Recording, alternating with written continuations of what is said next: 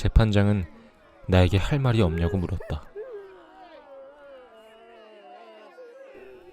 없습니다. 내 말이 떨어지는 순간 그들이 나를 밖으로 데리고 나갔다.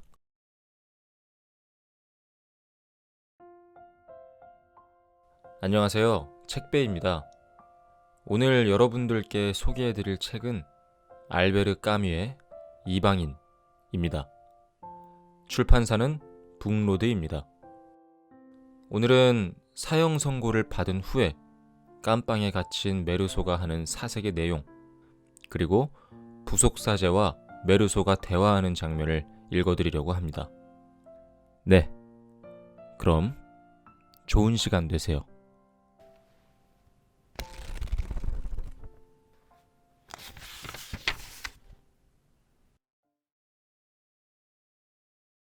재판이 재개되었다. 배심원들에 대한 질문이 빠르게 낭독되었다. 살인죄, 계획적, 정상참작, 이런 말들이 들려왔다. 배심원들이 모두 퇴장하자 나는 지난번에 대기했던 방으로 끌려갔다. 변호사가 따라 들어왔다. 그는 굉장히 수다스럽게, 그리고 이제까지 한 번도 보지 못한 자신있고 다정한 태도로 말했다. 다 잘 될 것이고 금고형이나 징역형으로 판결이 나올 거라고 했다. 나는 불리한 판결이 나왔을 때 철회할 방법이 있느냐고 물었다. 없다고 그가 대답했다. 배심원들의 심리를 자극하지 않으려고 법적 주장을 내세우지 않는 전략을 썼다는 것이었다. 그는 이유 없이 판결을 번복하지 않는다고 설명했다. 내가 생각하기에도 명백한 사실인 것 같았으므로 그의 논리를 받아들일 수밖에 없었다.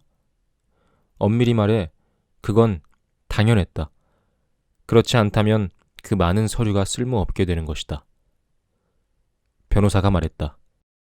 항소가 있기는 하지만 어쨌든 좋지 않은 결과가 나오진 않을 겁니다. 우린 꽤 오래 40분이나 50분쯤 기다렸을 것이다. 종이 울리자 변호사가 말했다. 배심원 판결은 배심원단 대표가 낭독합니다. 당신은 판결을 선언할 때 들어오게 될 겁니다. 그러고는 나를 두고 혼자 나갔다. 문 여닫는 소리가 들렸다. 계단을 뛰어가는 소리도 들렸지만 가까이서 나는 것인지 멀리서 나는 것인지 분간할 수 없었다. 그리고 법정에서 낭독하는 소리가 나직하게 들려왔다. 다시 종이 울리자 피고석으로 들어가는 문이 열렸다. 법정 내에 감돌던 침묵이 나를 엄습하고 젊은 기자가 시선을 돌리는 것을 보는 순간 나는 묘한 기분에 사로잡혔다. 나는 마리 쪽을 보지 못했다. 그럴 겨를이 없었다.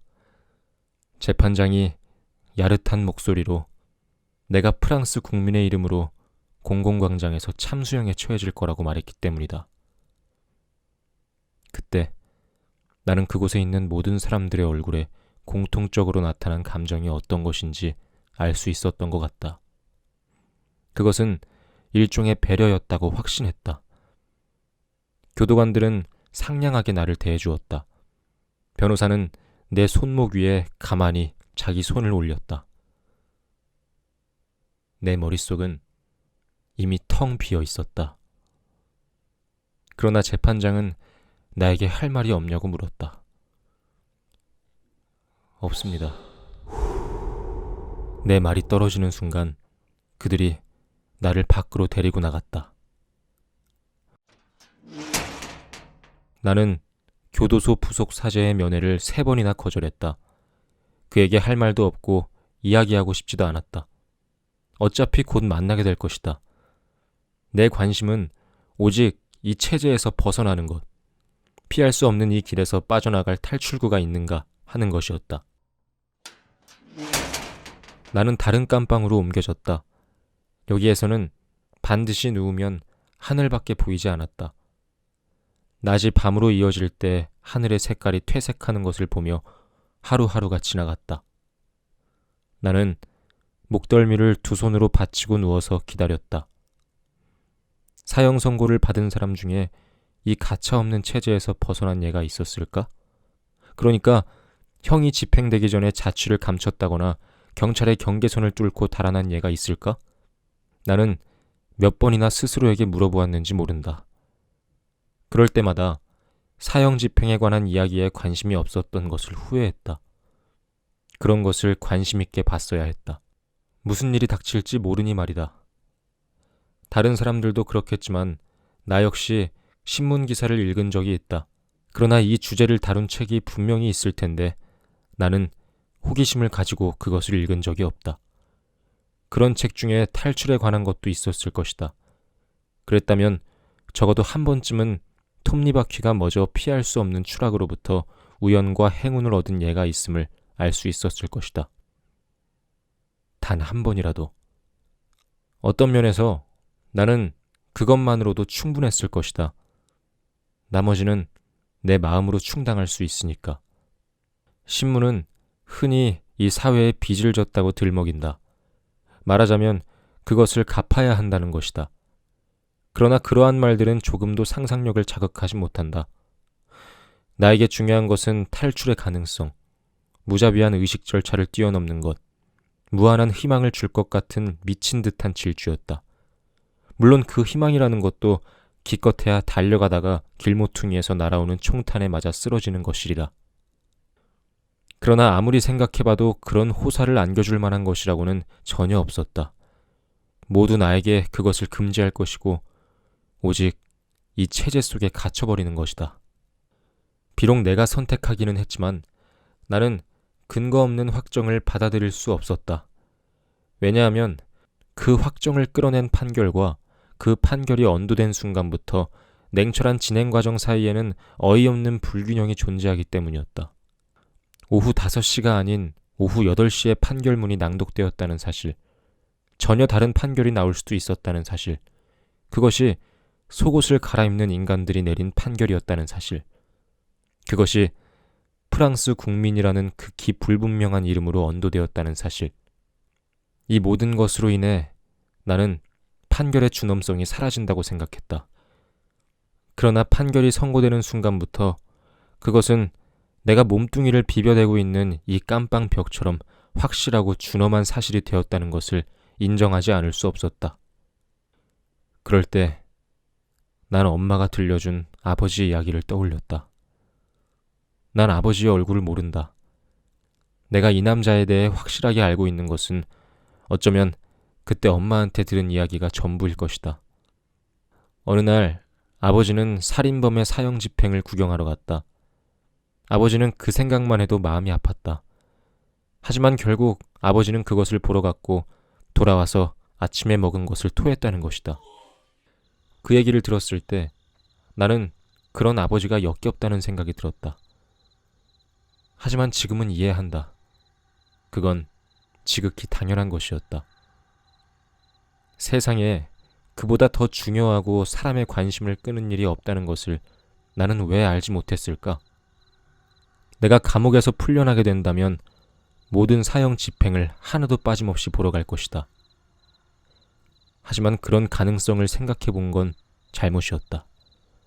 왜냐하면 어느 날 아침 경계선 밖에 자유의 몸으로 서 있는 나를 생각하는 순간, 사형 집행을 구경하다 토하는 나를 생각하는 순간 독이 섞인 쾌감의 물결이 가슴에서 솟구쳤기 때문이다. 그러나 그것은 이성적이지 못한 생각이었다. 그러한 가정에 휩쓸린 게 잘못이었다. 왜냐하면 잠시 뒤 나는 오한에 떨며 이불 속으로 들어가 몸을 잔뜩 웅크리고 있어야 했기 때문이다. 이가 사정없이 덜덜 떨렸다. 그러나 사람들이 꼭 이성적인 생각만 하고 사는 것은 아니다. 예를 들어 다음 생에 나는 새로운 법을 제정할 수도 있다고 생각했다. 형법 제도를 개선하는 것이다. 핵심은 사형 선고를 받은 자에게 기회를 주는 것이다. 1000번에 한 번만이라도 많은 문제를 개선할 수 있다. 10번 중에 9번 수영자가 죽는 화학적 배합을 개발할 수도 있을 거라고 생각했다. 수영자들은 그 조건을 받아들일 것이다. 왜냐하면 잘 생각해보면 단두대의 미비점은 어떤 기회도, 결코 어떤 기회도 주어지지 않는 것이기 때문이다. 즉, 단 한 번으로 사형수가 죽음에 이르는 것이다. 그것은 이미 확고하게 정해진 배합이며 이미 확정된 사실로서 번복할 여지도 없는 것이다. 자칫 잘못해서 칼날이 빗나가 실패하면 다시 하면 된다. 그러므로 애석하게도 사형수는 단두대가 제대로 작동하기를 바랄 수밖에 없다. 내 말은 바로 그것이 문제점이라는 것이다. 어떤 의미에서 그것은 맞는 말이다. 그러나 한편으로는 그 훌륭한 체제의 모든 비밀이 거기에 있다는 것을 인정할 수밖에 없다. 요컨대 사형수는 정신적으로 협력할 수밖에 없는 것이다. 아무 차질 없이 순조롭게 진행되는 게 그에게도 이로운 것이다. 나는 또한 지금까지 그 문제에 대해 올바른 사실을 알지 못하고 있었다. 왜 그랬는지는 모르지만 난 오랫동안 단두대에 서려면 처형대로 올라가야 한다고, 그러니까 계단을 올라가야 한다고 생각하고 있었다. 그것은 1789년의 대혁명 때문이었다. 그러니까 그에 관해 보고 배운 것이 다 그랬던 것이다. 그러던 어느 날 아침, 사람들의 입에 떠들썩하게 오르내리던 사형 집행에 관한 신문기사에 실린 사진이 떠올랐다. 사진에 나온 기계는 땅바닥에 그냥 놓여 있었고 세상에서 가장 단순한 기계였다. 왜 좀 더 일찍 그런 것에 관심을 기울이지 않았나 하는 생각이 들었다. 그것은 정밀한 기계답게 짜임새 있고 번쩍거리는 외관이 꽤 인상적이었다. 사람들은 흔히 잘 모르는 것에 대해서는 지나치게 부풀려 생각하기 마련이다.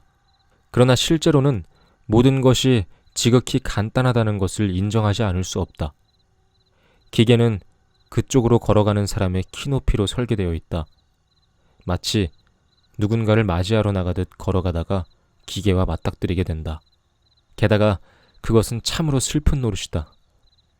단두대에 오르는 것은 하늘로 올라가는 것이라고 상상력을 뻗칠 수도 있을 텐데 말이다. 어쨌든 이 체제는 이러한 점까지 모두 짓밟아버리고 약간의 치욕을 느끼며 아주 정밀한 방식으로 조용히 목숨이 끊어지는 것이다. 그 외에 줄곧 내 머릿속을 떠나지 않는 두 가지가 있었다. 새벽녘과 항소였다. 그러나 나는 순리에 따르며 그러한 생각을 떨쳐버리려고 애썼다. 그리하여 누워서 하늘을 쳐다보며 거기에 몰두하려고 했다. 하늘은 청람색으로 변했다. 저녁이 되었다. 나는 다른 생각을 하려고 애썼다. 내 심장고동 소리를 느꼈다. 오래전부터 나를 따라다니던 그 소리가 멎는다는 것은 상상할 수도 없었다. 나는 진정한 상상을 해본 적이 없는 것이다. 그러나 내 심장고동 소리가 느껴지지 않는 때를 상상해 보려고 노력했다. 하지만 소용없었다. 새벽녘과 항소가 여전히 머릿속을 떠나지 않았기 때문이다. 급기야 나는 감정을 억누르지 않는 것이 오히려 가장 현명한 행동이라는 것을 깨닫기에 이르렀다. 그들이 새벽녘에 온다는 것을 나는 알고 있었다. 결국 나는 매일 밤 그 새벽을 기다렸다. 난 원래 갑작스러운 것을 좋아하지 않는다. 무슨 일이 벌어지든 그것을 지켜보는 게 더 낫다. 그래서 나는 낮에 잠을 자고 밤에는 채광창으로 새벽빛이 밝아올 때까지 자지 않고 기다리는 것이었다. 무엇보다 괴로운 때는 확실한 것은 아니지만 그들이 오리라고 여기고 있는 그 시각이었다. 난 12시가 지나면 을에 어떤 낌새가 있는지 귀를 쫑긋 세우는 것이었다. 일찍이 내 귀가 그처럼 많은 소리를 들어본 적도 없고 또 그처럼 작은 소리까지 분간해낸 적도 없다. 어찌 보면 그때까지 나는 어지간히 운이 좋은 편이었다. 사람 발소리 한 번 들은 적이 없었으니 말이다. 엄마는 가끔 사람은 끝없이 불행해지지는 않는 법이라고 말씀하셨다.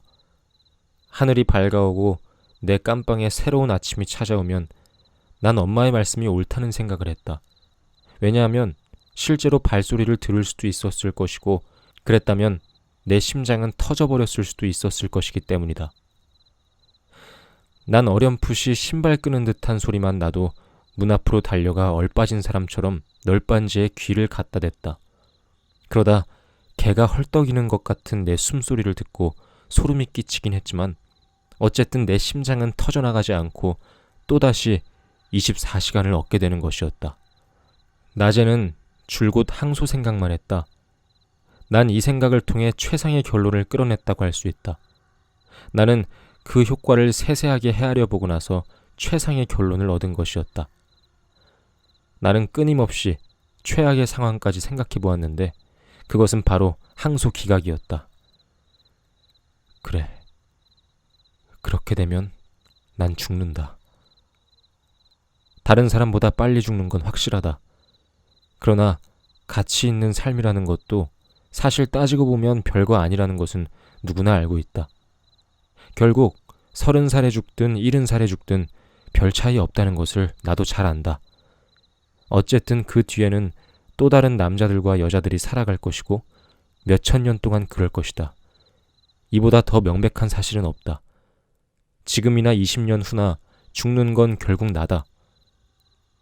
이러한 추론을 가로막는 것은 향후 20년의 삶을 생각할 때 무섭게 치솟는 갈망이었다. 하지만 그것도 20년 후 같은 상황에 이르렀을 때 내가 어떤 생각을 할지 상상함으로써 억눌러버리면 그만이었다. 어차피 죽는다면 언제 어떻게 죽는지는 중요하지 않다. 그것은 명백한 사실이다. 그러므로 나는 항소 기각을 받아들일 수밖에 없었다. 그때, 오직 그때 비로소 나는 두 번째 가정을 생각해 볼 권리를 나 스스로에게 허용했다. 두 번째 가정이란 특별 사면이었다. 이 경우 힘들었던 점은 엄청난 기쁨으로 내 눈을 찌르는 피와 육신의 격정을 누그러뜨리는 일이었다. 온 힘을 다해 그 기세를 억누르고 이성적으로 따져보아야 한다. 첫 번째 가정에 대한 나의 체념을 합당한 것으로 만들려면 두 번째 가정에 대해서도 아무렇지 않은 태도를 취해야 한다. 그럴 수 있을 때면 나는 1시간쯤 마음을 가라앉힐 수 있었다. 이 정도도 대단한 것이었다. 그러한 때에 나는 부속사제의 면회를 또다시 거절했다. 나는 누운 채로 하늘이 황금빛으로 물드는 것을 보며 여름 저녁이 오고 있음을 느꼈다. 내가 항소를 거부한 직후였는데 온몸으로 퍼지는 피의 순환이 규칙적으로 이루어지고 있음을 느낄 수 있었다. 난 굳이 사제를 만날 필요 없었다. 처음으로 오랫동안 나는 마리를 생각했다. 그녀가 나에게 편지를 보내지 않은 지도 꽤 오래됐다. 그날 저녁 가만히 생각해보니 아무래도 그녀는 사형수의 애인 노릇을 하는데 지친 것 같다는 생각이 들었다. 한편으로는 병이 났거나 또 어쩌면 죽은 거 아닌가 하는 생각도 들었다. 그럴 수 있는 일이 아닌가. 우리의 육체는 서로 떨어져 있고 우리 두 사람을 이어주는 것도 서로를 떠올리게 하는 것도 전혀 없는데 내가 어떻게 그녀의 사정을 알겠는가. 그때부터 그녀에 대한 추억은 더 이상 나에게 아무 의미 없게 되었다. 그녀가 죽었다면 나는 더 이상 그녀에게 관심을 두지 않을 것이다. 그건 당연한 일이다. 마찬가지로 내가 죽으면 사람들은 더 이상 나를 생각하지 않을 것이다. 사람들은 나와 어떤 관계도 없게 되는 것이다. 심지어 나는 이런 생각을 하기가 괴로운 것도 아니었다. 바로 그때 부속사제가 들어왔다. 그를 보는 순간 내 몸이 조금 떨렸다. 그것을 알아챈 사제가 겁먹을 것 없다고 말했다. 원래 다른 시간에 오지 않느냐고 내가 물었다. 그러자 그는 이번에는 순수한 우정으로 면회를 온 것이고 나의 항소와도 상관없고 그에 대해 자기는 전혀 모른다고 말했다.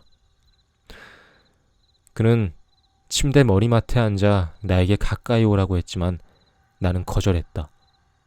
그러나 그의 태도는 굉장히 부드럽게 느껴졌다. 그는 잠시 고개를 숙이고 무릎에 팔꿈치를 괜 채 두 손을 물끄러미 바라보았다. 가늘고 힘줄이 두드러진 그의 두 손은 날랜 짐승을 떠올리게 했다. 그는 여전히 고개를 숙인 채 천천히 두 손을 비볐다. 한동안 그러고 있는 터에 나는 잠시 그를 잊고 있었던 것 같다. 그러다 그가 갑자기 고개를 들고 나를 쳐다보며 말했다. 내 면회를 왜 거절하는 것입니까? 나는 하느님을 믿지 않는다고 대답했다. 그것을 확신하느냐고 하기에 스스로에게 물어볼 필요도 없다고 대답했다. 나에게 그런 것은 중요한 문제가 아니었기 때문이다. 그러자 그는 손바닥을 허벅지에 올리고 몸을 뒤로 젖혀 벽에 기댔다. 그는 나에게 말하는 게 아닌 것처럼 하면서 인간이란 스스로 확신한다곤 하지만 사실은 그렇지 않다고 꼬집었다. 나는 조용히 있었다. 그는 나를 보며 물었다. 그 점에 대해 어떻게 생각하십니까? 나는 그럴 수도 있다고 대답했다. 하지만 내가 관심 있는 것이 무엇인지는 확신할 수 없을지 모르지만 내가 관심 없는 것이 무엇인지는 명확하게 확신할 수 있다고 말했다. 그리고 그가 말하는 것은 바로 내 관심 밖의 일이라고 덧붙였다. 그는 자세를 고정한 채 눈길을 돌리고 절망에 빠진 나머지 그러는 것이 아니냐고 물었다. 나는 절망에 빠지지 않았다고 말했다. 나는 두려울 뿐인데 그건 당연한 거 아니냐고 했다. 그러자 그가 말했다. 그러므로 하나님께서 도움을 주실 겁니다. 내가 만난 사람 중에 당신과 같은 처지에서 하느님께 귀의하지 않은 사람은 없었습니다. 그것은 그들의 권리라고 생각한다고 나는 말했다. 또한 그것은 그들에게 그만큼의 시간이 있었음을 보여주는 것이었다. 하지만 나는 누구의 도움 같은 건 받고 싶지 않고 관심 없는 일에 신경 쓸 시간이 없었던 것이다. 그때 그는 화가 치솟는 듯 손을 움직였으나 곧 일어나 옷에 주름을 가다듬었다. 그리고 자네라고 부르면서 나에게 말을 건넸다. 그는 내가 사형수라서 그런 식으로 말하는 것이 아니라고 했다. 그의 말로는 우리 모두 다 사형수라는 것이었다. 난 그의 말을 끊고 그건 다른 경우일 뿐 아니라 나한테는 조금도 위로가 되지 않는 말이라고 했다. 그렇기는 하지. 그는 내 말에 동의하고 덧붙였다. 하지만 지금 자네가 죽지 않는다 해도 언젠가는 죽겠지. 그러면 그때도 같은 문제에 봉착하게 될 거네. 그 무시무시한 시련을 어떻게 받아들일 건가? 나는 지금과 똑같이 받아들일 것이라고 말했다. 그러자 그가 일어나더니 마주보며 똑바로 눈을 맞췄다. 그것은 내가 익히 잘 아는 놀이였다. 나는 종종 에마누엘이나 셀레스트와 그 놀이를 했는데 대부분 그들이 먼저 눈길을 돌렸다. 부속 사제도 그 놀이에 능숙하다는 것을 알 수 있었다. 그의 눈길은 조금도 흔들리지 않았던 것이다. 그러면서 그가 역시나 조금도 흔들림 없는 목소리로 말했다. 그러니까 아무런 희망도 없이 오직 죽는다는 생각만 하며 살고 있는 건가? 네. 나는 대답했다. 그러자 그가 다시 걸터앉아 고개를 숙였다. 그리고 내가 불쌍하다고 말했다. 그건 인간으로서 도저히 감당할 수 없는 일이라는 것이었다. 나는 곧 짜증이 나고 그가 성가시게 느껴졌다. 이번엔 내가 일어나 창문 밑으로 가서 벽에 어깨를 기댔다. 그가 또다시 나에게 뭔가를 묻는 소리가 들렸는데 귀담아 듣지 않았다. 애가 타고 조급한 목소리였다. 그의 감정이 북받쳐 오르는 것을 깨닫고 나는 조금 귀를 기울였다. 그는 나의 항소가 받아들여질 것이라고 확신한다면서 하지만 내가 짊어지고 있는 죄의 짐을 벗어던져야 한다고 말했다. 그의 말에 따르면 인간의 심판은 중요한 게 아니며 하느님의 심판이 전부라는 것이었다. 나에게 사형 선고를 내린 것은 인간의 심판이라고 내가 지적했다. 그러자 그는 그것으로 죄가 사라지는 것은 아니라고 했다. 나는 무엇이 죄인지 모른다고 했다. 사람들은 단지 내가 죄인이라고만 말했고 죄인으로서 대가를 치를 것이니 더 이상 나에게 요구할 수 없다고 했다. 그 순간 그가 다시 일어났다. 그러나 깜빵이 워낙 좁아서 자리를 바꾸고 싶어도 선택의 여지가 없었다. 앉든지 일어서든지 둘 중 하나였다. 나는 바닥을 눈여겨보고 있었다. 그는 내 앞으로 한 걸음 다가섰지만 더 이상 엄두가 나지 않는지 그대로 멈춰섰다. 그리고 그는 쇠창살 너머로 하늘을 바라보며 말했다. 잘못 생각하고 있네, 젊은이. 자네에게 그 이상을 요구할 수 있네. 실제로 요구할 것이고. 무엇을 요구한단 겁니까? 보도록 요구할 거네. 보다니 뭘 말입니까? 사제는 깜빵을 한번 둘러보더니 갑자기 맥 빠진 목소리로 대답했다.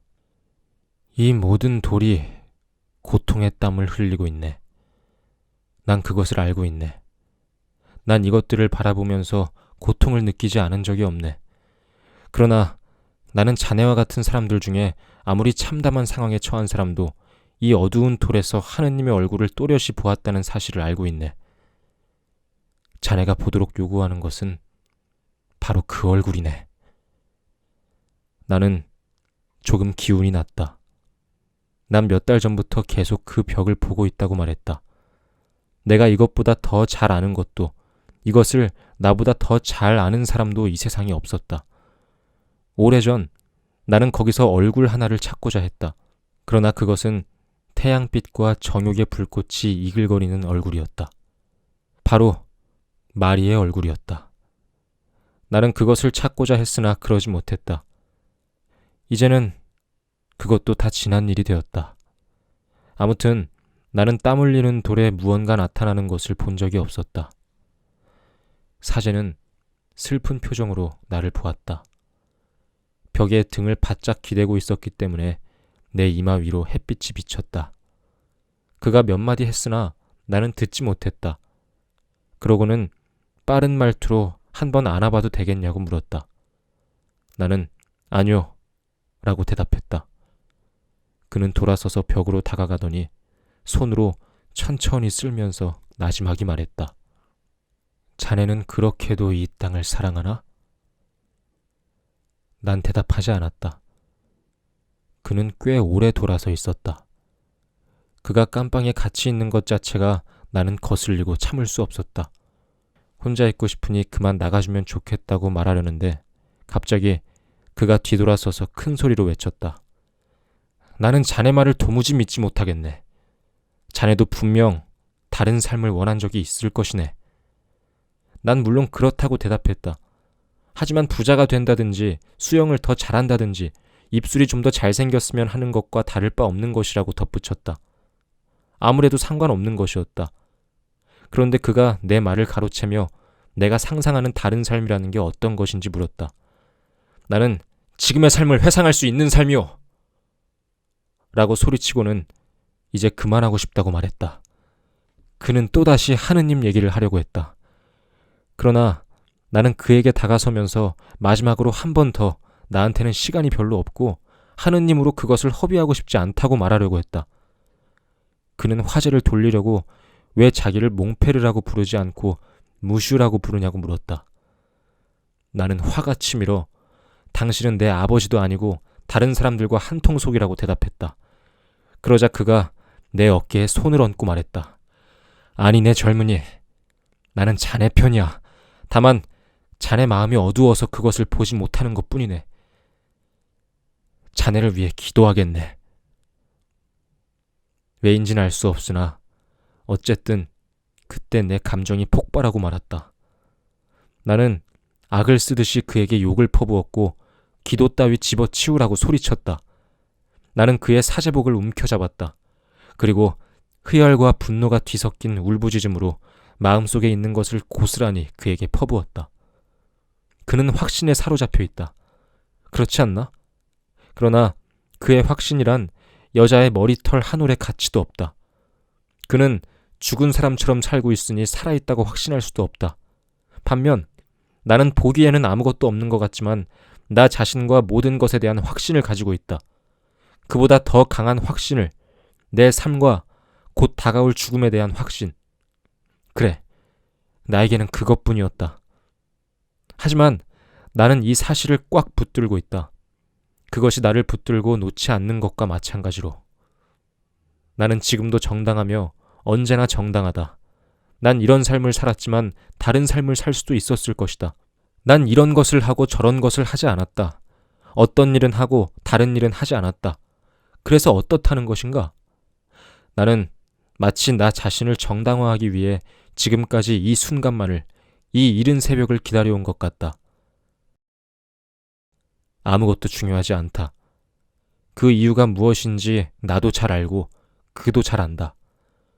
평생에 걸친 나의 부조리한 삶에는 늘 내 미래의 심연에서 한 줄기 어두운 바람이 아직 오지 않은 시간을 거슬러 나에게 불어왔다. 이 여정에서 내가 살아온 세월보다 더 실감날 것도 없는 시간 속에서 나에게 주어진 모든 것들을 그저 그런 것으로 만들어버렸다. 타인의 죽음, 어머니의 사랑, 그런 것이 나에게 뭐가 중요하단 말인가? 그의 하나님이나 사람들이 선택한 삶과 운명이 뭐가 중요하단 말인가? 단 하나의 운명만이 나를, 그와 마찬가지로 스스로 나의 형제라고 말하는 특권을 가진 수많은 사람들을 선택하는데 말이다. 그는 알까?